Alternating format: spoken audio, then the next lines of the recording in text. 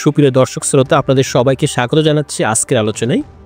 সম্প্রতি উপদেষ্টা আসিফ নজরুলের বিরুদ্ধে সাংবাদিক ইলিয়াস হোসেন ও পিনাকি ভট্টাচার্য বেশ কিছু গুরুতর অভিযোগ এনেছেন, যেটা নিয়ে সামাজিক যোগাযোগ মাধ্যম সহ রাজনৈতিক অঙ্গনে বেশ তোলপাড় হচ্ছে। এখন প্রশ্ন হলো, উপদেষ্টা আসিফ নজরুলের বিরুদ্ধে আনিত অভিযোগগুলোকে আসলে ভিত্তিহীন নাকি ভিত্তি আছে? এটা নিয়ে জনগণের মধ্যে বেশ দ্বিধাদ্বন্দ্ব কাজ করছে।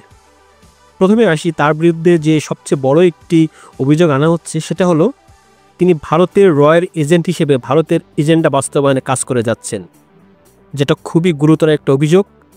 এই অভিযোগগুলো সত্যি হোক, এটা বাংলাদেশের জনগণ চায় না। কারণ জুলাই আগস্টের শহীদরা তাদের আত্মত্যাগের মধ্য দিয়ে যে চেয়ারটিতে তিনি বসে আছেন, উপদেষ্টার চেয়ারে, সেটা মূলত তাদের আত্মত্যাগের মধ্য দিয়ে তিনি পেয়েছেন। সুতরাং সেই আত্মত্যাগের সাথে উনি যদি বেইমানি করেন, তাহলে দেশের জনগণ কখনোই ক্ষমা করবেন না।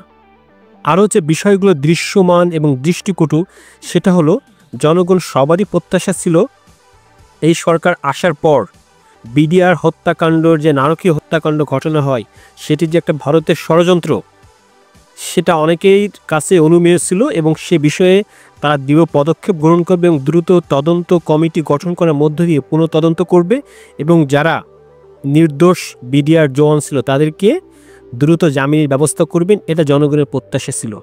সেই প্রত্যাশার জায়গায় কিন্তু উপদেষ্টা আসিফ নজরুল ব্যর্থ হয়েছে এবং তিনি তদন্ত কমিটি গঠন করবেন না বা এই বিষয়ে তদন্ত হবে না, এরকম একটা ঘোষণা আসার পর যখন সাংবাদিক ইলিয়াস, পিনাকি ভট্টাচার্য সহ অন্যান্যদের সমালোচনার মুখে পড়েন, তখন স্বরাষ্ট্র উপদেষ্টা গতকাল ঘোষণা করছেন যে আগামী 5 কর্মদিবসের মধ্যে একটি তদন্ত কমিটি গঠন হবে।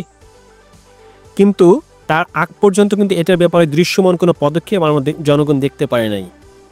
সুতরাং আমরা চাইব উপদেষ্টা আসিফ নজরুলের বিরুদ্ধে যে অভিযোগগুলো এসেছে, সে অভিযোগের উনি যথাযথ প্রমাণ দিবেন যে অভিযোগগুলো ভিত্তিহীন, অথবা দেশের স্বার্থের বিরুদ্ধে বা জনগণের বিরুদ্ধে যে এমন কোনো পদক্ষেপ বা এমন কোনো কাজ তিনি করবেন না। তাহলে দেশের জনগণ কিন্তু কখনোই এটা ক্ষমা করবে না।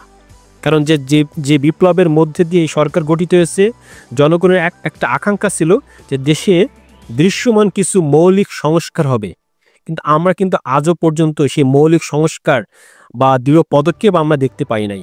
যে উপদেষ্টারা আছেন তারা হয়তো কথায় বলে যাচ্ছেন, কিন্তু তাদের কাজ কিন্তু সেটা প্রমাণ করছে না যে তারা দৃশ্যমান কোনো পদক্ষেপ নিতে পারছেন। জনগণের যে আশা আকাঙ্ক্ষা ছিল, যে বৈষম্যহীন সমাজ বিনির্মাণের লক্ষ্যে তাদেরকে ম্যান্ডেট দেওয়া হয়েছিল, সে ম্যান্ডেট তারা ধরে রাখতে পারেনি। জনগণের প্রত্যাশা পূরণে কিন্তু তারা ব্যর্থ হচ্ছে এবং শেষ পর্যন্ত আসলে তারা সফলতার মুখ চোখে দেখবে নাকি ব্যর্থতা নিয়েই তাদেরকে চলে যেতে হবে, সেটাও এখন একটা বড় একটা প্রশ্ন এই অন্তর্বর্তী সরকারের সামনে। এখন উপদেষ্টা আসিফ নজরুল যদি তার দায়িত্ব পালনে ব্যর্থ হয়, তার জন্য সম্পূর্ণ অন্তর্বর্তী সরকার কলুষিত হওয়ার সম্ভাবনা আছে। সুতরাং এই বিষয়টিতে প্রধান উপদেষ্টা সহ অন্যান্য উপদেষ্টারও গুরুত্ব দিবেন। যদি তিনি সত্যিই এই অভিযোগগুলোতে অভিযুক্ত হন, তাহলে তার বিরুদ্ধে যথাযথ ব্যবস্থা নেওয়া হোক এবং উপদেষ্টা আসিফ নজরুলের নিজস্ব বোধোদয় হওয়া উচিত, যখন অনেকের মাঝেই তার বিরুদ্ধে অভিযোগগুলো আনা হচ্ছে এবং সেইগুলো সদুত্তর দিতে পারছে না। সুতরাং সসম্মানে তার এই পদ থেকে পদত্যাগ করা উচিত। তাহলে হয়তো তার বাকি যে সময়টুকু আছে, সেই সময়টুকু এসে তার ব্যক্তিগতভাবে তার যে শিক্ষকতা জীবন ছিল, শিক্ষকতা ক্যারিয়ারে সে ফিরে যেতে পারে।